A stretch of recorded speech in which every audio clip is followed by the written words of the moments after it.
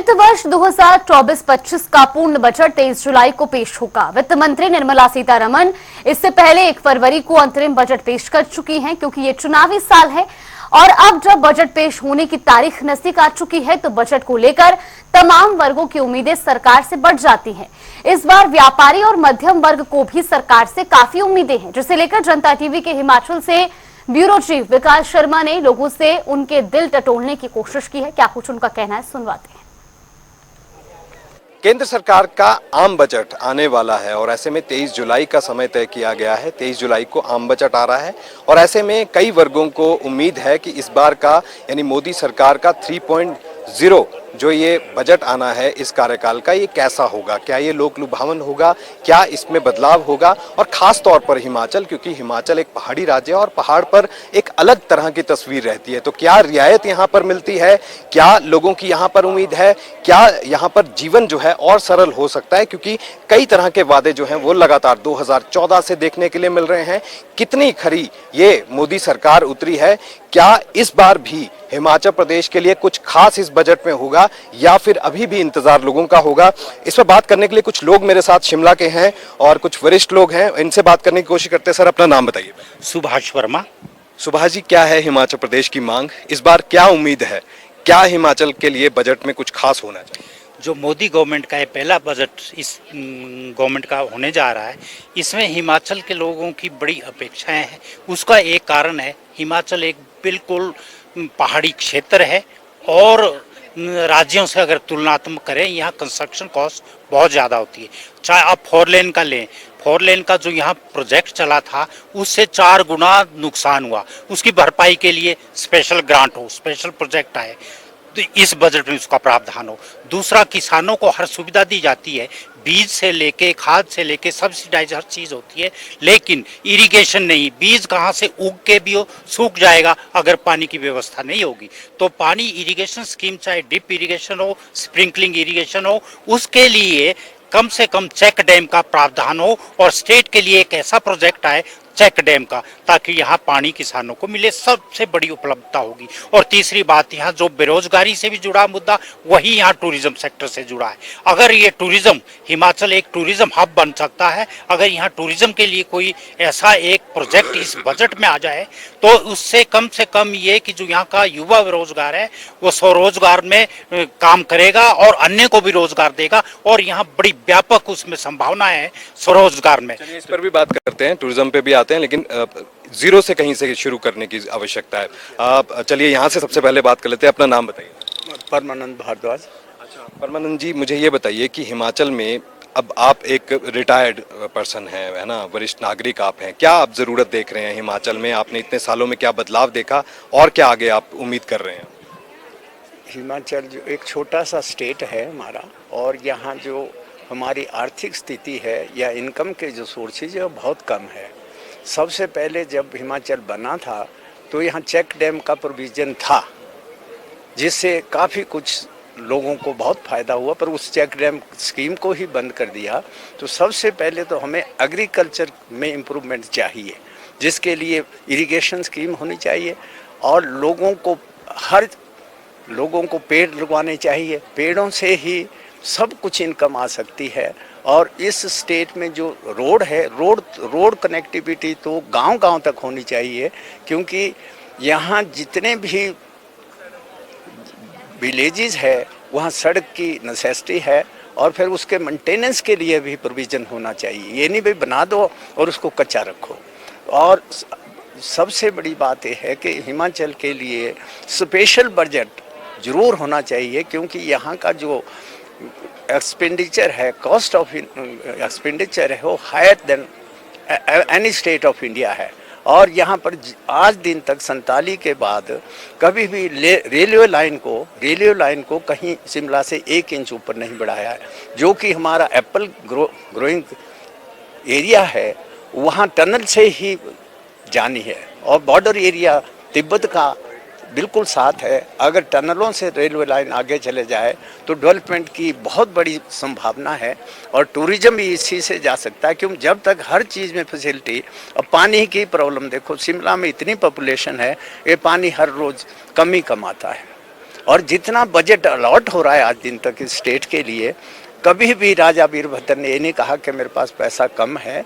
Arrangement किया है। जो भी चीफ मिनिस्टर बनता है उसकी ये सोल ड्यूटी बनती है कि ये make arrangement for the progress and development of. लेकिन बात मोदी सरकार की हो रही है। मैं आता हूँ आपके पास, आप अपना नाम बताइए। प्रमोद कुमार गुप्ता जी। बिजनेसमैन के लिए प्रमोद जी, ये कितना महत्वपूर्ण हो जाता है एक बजट और उसके अंदर कुछ प्रावधान ऐसा, जिस तरह से अभी जीएसटी की बात कर ली जाए तो ये कहा जा रहा था कि बड़े स्तर पर नुकसान हुआ है और जो मध्यम वर्ग का जो एक व्यापारी है उसके लिए क्या मांग और क्या कहता है ये बजट, क्या कहेगा ये बजट, क्या उम्मीद क्या है? बजट के लिए मैं इतना ही कहना कहूँगा कि इससे लोगों को बड़ा फर्क पड़ा है। जैसे अब हम लोग सरकारी मुलाजिम हैं, अब हम लोगों का जैसे है एक एक पैसा जितना भी आता है उसमें हम लोगों का टैक्स कटता है। अब बाकी जो बजट सरकारी प्राइवेट आदमी काम कर रहे हैं उसमें सब आपको पता ही है सारी स्थिति का, कितना वो गलत काम हो रहा है, कितना सब कुछ हो रहा है। जो सरकारी मुलाजिम है, जैसे हम लोग रिटायरी आदमी हैं, हम लोगों को मतलब एक एक पैसा जो है बजट इसमें सरकार को देते हैं, जिसका सरकार हमारे को खास तौर पे जो सीनियर सिटीजन है उसका कोई बेनिफिट नहीं दे रही है। हाँ जी। लेकिन एजुकेशन सिस्टम जो है उसमें भी सुधार आना चाहिए ताकि नए रोजगार जो है वो मिले। पहाड़ का पानी, ये नरेंद्र मोदी जो है वही ये बात कहते रहे हैं कि पहाड़ की जवानी और पहाड़ का पानी रोकना बहुत जरूरी है। तो ये किस तरह से संभव होगा, इससे क्या होगा? एक मैं सबसे बड़ी बात ये कहना चाहूँगा, जितने ये मुलाजिम हैं जो इन्होंने दोबारा रीअपॉइंटमेंट कर रखे हैं, इनकी जगह पर अगर ये जो नए हमारे बच्चे हैं, जितने पढ़े लिखे बच्चे हैं, तो उनको ये रोज़गार की सुविधाएं उपलब्ध करवाएं। क्योंकि अगर जो पुराने ही हम लोग ही रखते हैं, जैसे हम लोग रिटायरी, हम लोगों को भी डिमांड आती है कि आप दोबारा जॉब ज्वाइन कर लीजिए। हमारे से कुछ आदमी एक्स सर्विसमैन और जो सिविल सर्विस से भी रिटायर हुए हैं, तो उनको भी मतलब काफ़ी लोगों की डिमांड आती है कि भी आप ऐसा मतलब ऑफिसर्स की डिमांड आती है, गवर्नमेंट की डिमांड आती है कि आप लोग ज्वाइन कर लीजिए। क्योंकि हम लोगों का एक्सपीरियंस 35 से 40 साल तक का लगभग सबका ही हाई है। तो अगर जो नए बच्चे काम नहीं करेंगे, कल को मान लो हम लोग जब नहीं रहेंगे, नए बच्चे रखेंगे, तो उन लोगों को काम सीखते हुए कम से कम 5 साल तो लगेंगे। गवर्नमेंट को इससे बड़ा लॉस है, जिसमें कहूँगा कि नए बच्चों को अपॉइंटमेंट करना चाहिए। बहुत शुक्रिया। तो आप अपना नाम बताइए। रामचंद्र कौंडली। अच्छा कौंडल जी, तो किस तरह से उम्मीद क्या है बजट से हिमाचल प्रदेश के लिए, क्या विशेष मिलना चाहिए जिससे यहाँ जो है वो और जिंदगी थोड़ी तेज हो जाए? देखिए, हिमाचल एक बहुत छोटा सा राज्य है और पहाड़ी इलाका है। यहाँ पर खर्चे ज़्यादा है होते हैं, लैंडस्लाइड हो जाता है, सड़कें टूट जाती है, तो यह डैमेज ज़्यादा होता है, जिससे कि सेंटर से कुछ पूरी तरह से सहायता नहीं मिलती, जिसके लिए कि स्पेशल पैकेज ये देना हिमाचल को बनता है। मेरा सवाल भी यही है कि जिस तरह से पिछले साल हमने देखा मानसून सीजन में एक बड़ा नुकसान हुआ, राज्य ने जो अपने स्तर पर आंकलन किया उसमें कहा गया कि 10 से 12 हज़ार करोड़ का नुकसान यहाँ पर हुआ है, लेकिन केंद्र सरकार की तरफ से मदद के लिए भी मना कर दिया गया कि कोई विशेष मदद जो है वहां से नहीं मिली। तो ऐसे में कितना फर्क पड़ता है, क्या ये उम्मीद है अभी? हमारी जो है ना, ये स्टेट गवर्नमेंट की आर्थिक स्थिति जो बहुत ये पतली हो गई है, जिससे कि इनको स्टेट के जो एम्प्लॉइज़ को जो है जो देनदारी देनी है वो नहीं दे पा रहे हैं, और जिससे कि ये इसलिए जो सेंटर से ये इस बजट में हम ये आशा करते हैं कि वो इस स्टेट को ज़रा थोड़ा सा पूरी तरह से पैकेज मदद दे, जिससे कि स्टेट अपने मतलब डेफिसिट से उबर सके। तो आपको कुछ आपके भी रिश्तेदार होंगे इधर उधर, जो नेचुरल कैलेमिटी जो पिछले साल एक बड़ा डिजास्टर यहाँ पर आया, तो उसमें उनको कुछ राहत मिली है क्या? जो सरकार ने अपना यहाँ पर जो अपना 4500 करोड़ के आसपास जो अपना विशेष राहत पैकेज दिया था, क्या उससे गुजारा हो गया है या अभी है? बहुत कम मिला जी, वो तो ऊँट के मुँह में जीरा है जी। ऊँट के मुँह में जीरे के हिसाब है, उससे कोई भी थोड़ा थोड़ा मिला है। अगर किसी का 10-12 लाख का नुकसान हुआ है तो उसको 80,000 मिल गया, 1 लाख मिल गया, मैक्सिमम 1 लाख मिल रहा है, तो उससे क्या कर पाएगा गरीब आदमी? यहाँ की सरकार ने कुछ उसमें बदलाव भी किया है नियमों में, जो 1 लाख मिलता था उसको 7 लाख मिल रहा है मकान के लिए, क्या वो राहत है? उससे तो कुछ राहत मिली है। तो मोदी सरकार से क्या उम्मीद है कि अब विशेष पैकेज, खासकर इस स्टेट के लिए जो है ना ये पैकेज मिलना चाहिए, जिससे कि ये स्टेट जो है अपने मतलब इस कर्ज से उबर सके। और इसी तरह अनएम्प्लॉयमेंट का है, अब उन एम्प्लॉइज को क्या जो 40 साल सर्विस कर गया, दोबारा उसी को रखने का कोई औचित्य नहीं है।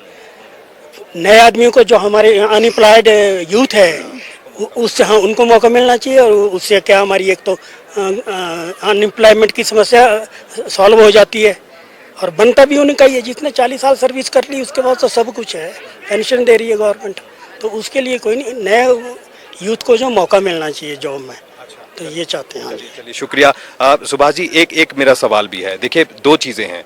एक सेब की फसल जो कि 5,000 करोड़ का एक अलग एक आर्थिकी है, बड़ी आर्थिकी है हिमाचल प्रदेश। टूरिज्म के बाद अगर देखें तो सबसे बड़ी आर्थिकी है। तो टूरिज्म और एप्पल को, जो ये सेब है, इसके वायदे जो पिछले तौर पर अभी किए जा चुके हैं 2014 से लेकर अब तक, मोदी सरकार इन्हीं वायदों के ऊपर जो है वो चुनाव जीतती आ रही है। हिमाचल में क्या ये वायदे पूरे हुए हैं? नहीं, ऐसा कुछ विशेष पूरा नहीं हुआ है। उसमें कोल्ड स्टोरेज की व्यवस्था थी ताकि बागवानों को कम से कम जब बम्पर क्रॉप आती है उसे कोल्ड स्टोरेज में स्टोर करके समय अनुसार उसे वितरित किया जाए, आगे मार्केटिंग की जाए तो उन्हें अच्छा दाम मिलता है। तो ये कोल्ड स्टोरेज की हर पंचायत लेवल में इसकी सुविधा होनी चाहिए और ये ऐसा हम आशा रखते हैं कि इस बजट में कोई प्रदेश के लिए ऐसा हो। और बाकी जहाँ तक हिमाचल के लिए बात है, जो विशेष पैकेज हो, तो हम चाहते हैं कि राजनीतिक दृष्टि से ना देखा जाए, ये सामाजिक दृष्टि से और सामरिक दृष्टि से, क्योंकि हमारे साथ बाहरले देशों के बॉर्डर भी लगते हैं, उस दृष्टि से यहाँ के लिए विशेष पैकेज का आवंटन हो। लेकिन सेब की फसल जो है, क्योंकि ये कहा जाता है कि जो कोल्ड स्टोरेज में इस समय कोल्ड स्टोर में जो लोगों के सेब थे, अब मान लीजिए किसी का 1 करोड़ का सेब जो है वहां पर पड़ा है, और ये आम बात है, कोई बहुत बड़ी बात नहीं है। तो ये जो 1 करोड़ का सेब वहां पर पड़ा था, जो इम्पोर्ट ड्यूटी जो है, जिसे कहा जा रहा था कि उसे 100% बढ़ा दिया जाएगा ताकि बाहरी जो देशों से सेब भारत में आता है वो थोड़ा महंगा हो और यहाँ के सेब की फसल को जो है वो थोड़ा सा अपलिफ्ट हो, उनके जो अपने बागवान है उनको थोड़ा फायदा इससे हो। इस परिप्रेक्ष्य में अगर हम देखें तो जो 1 करोड़ का सेब पिछले कुछ समय से लोगों का कोल्ड स्टोरेज में था और अब इंपोर्ट ड्यूटी जो है उसे बढ़ाने की बजाय थोड़ा घटा दिया गया है, वो सेब जो है उसको नुकसान काफी बड़े स्तर पर हुआ है। क्या इसमें उम्मीद है कि सरकार इसमें हस्तक्षेप करे, इंपोर्ट ड्यूटी को बढ़ाया जाना चाहिए जो अपना वायदा था? बिल्कुल, इसमें स्टेट गवर्नमेंट से के डिस्कशन के बाद कोई ऐसी पॉलिसी लाए जो कम से कम बागवानों के हित में हो और स्टेट के हित में हो तो ही। और जहाँ तक सेब के इनकम की बात है, ये हमारे नेशनल इनकम को बढ़ाता है, तो इसलिए जो एप्पल ग्रोइंग स्टेट है इसमें एक विशेष पैकेज की आवश्यकता है।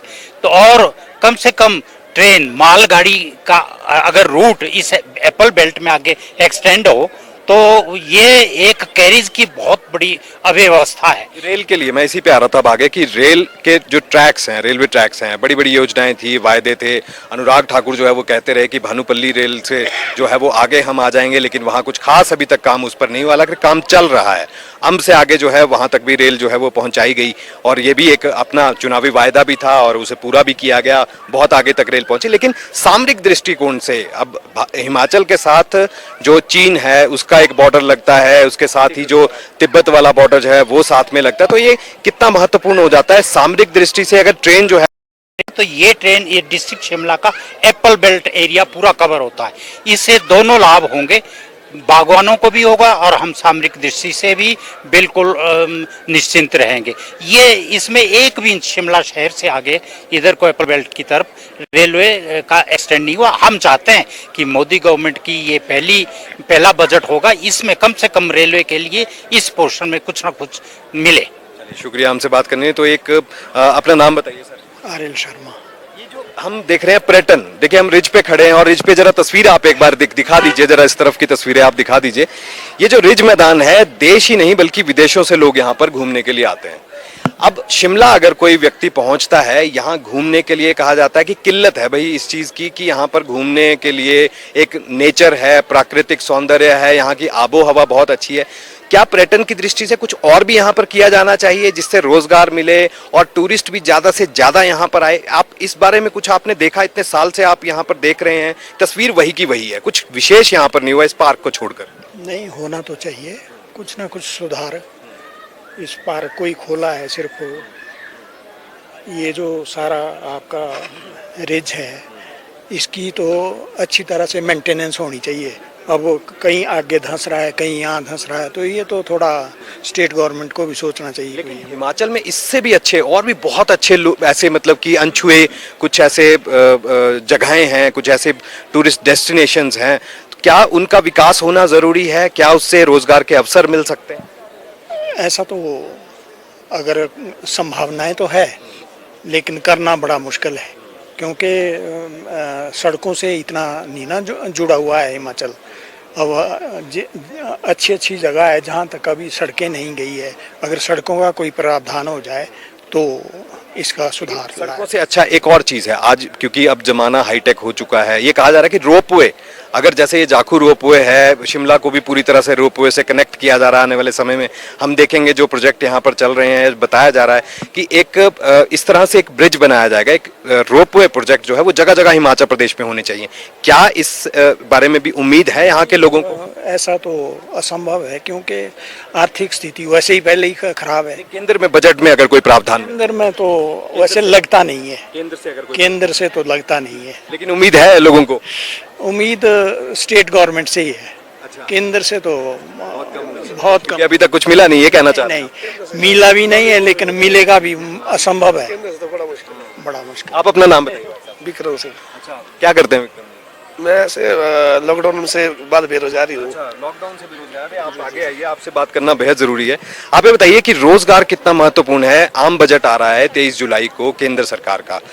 मोदी 3.0 की सरकार अब शुरू हो गई है, तीसरी बार मोदी को प्रधानमंत्री बनाया गया है। क्या हिमाचल का यूथ इस समय सोच रहा है? कोविड के बाद तो आप भी बेरोजगार हैं, और भी बहुत सारे ऐसे लोग हैं जो बेरोजगार हैं।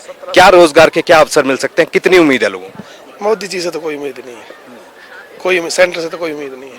हिमाचल को कुछ मिला? सुक्खू सरकार से फिर भी उम्मीद है, सेंटर से कोई उम्मीद नहीं। अभी तक आप पिछले, क्योंकि देखिए कई ऐसे वायदे थे हिमाचल जैसी स्टेट के लिए, पहाड़ी स्टेट है, यहाँ के लिए कहा गया कि ये कर देंगे, सेब का कुछ करते हैं या टूरिज्म का कुछ करते हैं, रेलवे ट्रैक्स का कुछ करेंगे, रोपवे प्रोजेक्ट एक नए हैं उनके लिए भी बात चल रही है। केंद्र से इस संभावनाओं के ऊपर क्या उम्मीद है लोगों को? केंद्र से तो कोई उम्मीद नहीं है जी, कोई उम्मीद नहीं, किसी भी तो बहुत निराश है। मतलब 2 बार 3 बार हमने उनको मौका भी दिया, पर मतलब नहीं, मतलब हमने यहाँ तक कि खुद का पैसा लगा के भी काफी उनके लिए प्रचार किया पहले 2 टर्म में। इस बार तो हमने कांगड़ा में तो उनको मतलब ना कांगड़ा में टच ही नहीं होने दिया उनको। तो वहाँ पे संभावनाएं हैं पर्यटन की? कांगड़ा में बहुत है जी सब, केंद्र सरकार से जी है, वहाँ से वो अच्छा काम कर रहे हैं, वो युवाओं के लिए मतलब रोजगार का भी काफी ज्यादा मतलब वो मौका दे रहे हैं। अभी 26-27 जुलाई को उनके पिताजी का बर्थडे है, तो तभी वो रोजगार मेला लगाएंगे। केंद्र सरकार से अगर कोई मदद मिलती है तो हिमाचल जैसे राज्य के लिए कितना आसान हो जाएगा? बहुत आसान होगा सर, बहुत आसान। नए नए प्रोजेक्ट आएंगे, युवाओं के लिए अच्छा रहेगा। जी जी बिल्कुल। बहुत शुक्रिया हमसे बात करने के लिए। मेरा एक आखिरी एक दौर का वो है, आप में से बागवान कौन है यहाँ पे? कोई बागवान है आप में से? हाँ, तो इसके अलावा देखिए बहुत सी चीजें हैं। हिमाचल प्रदेश जैसे राज्य के लिए टूरिज्म बेहद महत्वपूर्ण है, और टूरिज्म के साथ साथ अगर हम बात करें तो यहाँ का जो जनजीवन है वो किस तरह से आसान हो सकता है, इसके ऊपर बात हम कर रहे थे। तो यही चर्चा है और इसे यहीं यहाँ पर समाप्त करते हैं। आप लोगों का बहुत बहुत शुक्रिया हमसे बात करने के लिए। केंद्र सरकार के आम बजट में क्या चीजें जो है वो यहाँ पर हो सकती हैं, उसको लेकर हम बात शिमला शहर के लोगों से कर रहे थे, वरिष्ठ नागरिकों से कर रहे थे। खास तौर पर यह है कि पहाड़ के लिए क्या हिमाचल प्रदेश में अब क्या नया आ सकता है। जो पिछली बार जो वायदे किए गए थे मोदी सरकार की तरफ से, क्या वो वायदे खरे उतरे हैं, इसको लेकर भी जनता टीवी ने जो है वो खास बातचीत यहाँ के लोगों से की। और इसके अलावा पर्यटन, बेहद महत्वपूर्ण योगदान जो है वो पर्यटन का रहता है। एक ऐसी आर्थिकी जो कि 6000 करोड़ की एक ऐसी आर्थिकी है जो कि सिर्फ और सिर्फ पर्यटन व्यवसाय के ऊपर यहाँ पर टिकी हुई है। इसके साथ ही जो अगर हम बात करें सेब की, क्योंकि सेब की, एप्पल की एक ऐसी क्रॉप है, एक ऐसी फसल है जिसका उसके बाद दूसरे नंबर पर यानी 5000 करोड़ का एक बड़ा व्यवसाय जो है, बड़ी आर्थिकी जो है वो सेब के ऊपर होती है। लेकिन इसके अलावा भी ऐसे बहुत सी चीजें हैं हिमाचल प्रदेश में अभी भी करने के लिए, चाहे वो रोपवे निर्माण की बात हो या पूर्व में 2014 में जो मोदी सरकार का वायदा, प्रमुख वायदा हिमाचल प्रदेश के लिए था, वो ये था कि यहाँ पर सड़कों का निर्माण किया जाएगा, 4 लेन निर्माण किया जाएगा, और 69 4 लेन जो है वो यहाँ के लिए प्रस्तावित थे। लेकिन धरातल पर कितनी ये वायदे जो है वो उतरे हैं ये सबके सामने है। पूरी तरह से अभी कोई भी प्रोजेक्ट जो है वो नहीं चला है। लेकिन रोपवे एक नई चीज जो है वो यहाँ के लिए हो सकती है। यहाँ के लोगों के लिए एक यहाँ का जनजीवन जो है वो थोड़ा आसान जरूर हो सकता है। लेकिन इसके साथ ही रेलवे ट्रैक अगर बनते हैं और उसको कोई नई योजना अगर इसके के लिए मोदी सरकार की तरफ से मिलती है या केंद्र के बजट में मिलती है, तो उससे जरूर हिमाचल प्रदेश को थोड़ा फायदा होगा। और इसके साथ ही जो अंतर्राष्ट्रीय जो सीमाएं हिमाचल प्रदेश के साथ लगती हैं, उसमें भी सामरिक दृष्टि से बेहद आसान होगा वहां पर पहुंचना। और इसके साथ ही टनल्स के निर्माण को लेकर भी एक नई योजना जो है वो बेहद जरूरी है, जो कि केंद्र के इस आम बजट के अंदर होना बेहद जरूरी है। तो मेरे साथ फिलहाल शिमला से मेरे कैमरा सहयोगी रोशन भारद्वाज के साथ इतना ही। आप देखते रहिए जनता टीवी। नमस्कार।